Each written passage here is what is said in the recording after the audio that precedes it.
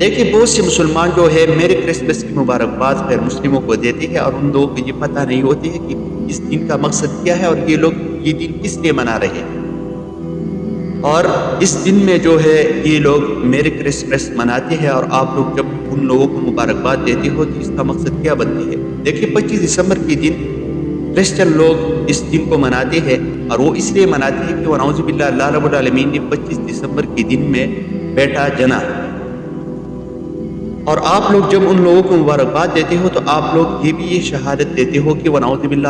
اللہ رب العالمین نے 25 دسمبر کے دن میں بیٹا جنا۔ اور بہت سے مسلمان یہ کام کرتے ہیں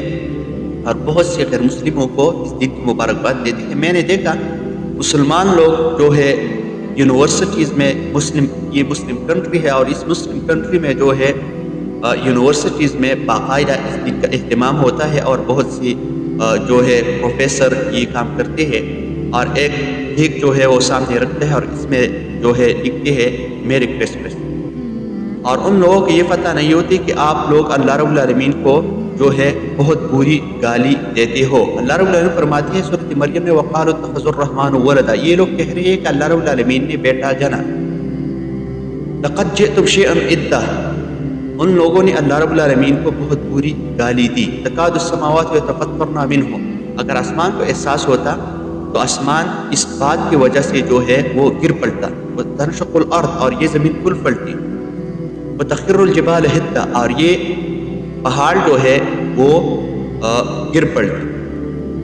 اگر آسمان کو احساس ہوتا تو آسمان گر پڑتا، زمین جو ہے وہ کھل پڑتی، اور یہ جو ہے پہاڑ جو ہے وہ بھی جو ہے پھٹ اٹھتے۔ لیکن ہم مسلمانوں کو کچھ بھی نہیں ہوتا۔ ہم مسلمان جو ہے اللہ رب العالمین کو روز ہزاروں غیر مسلم جو ہے وہ گالی دیتے ہیں اور مسلمان جو ہے وہ بھی نہیں کھولتے، اور اتنی بے غیرت ہو چکی ہے کہ ان لوگوں کے ساتھ جو ہے یہ دن مناتے ہیں اور ان لوگوں کو جو ہے مبارکباد دیتے ہیں اور اللہ رب العالمین کو سب سے بری گالی دیتے ہیں۔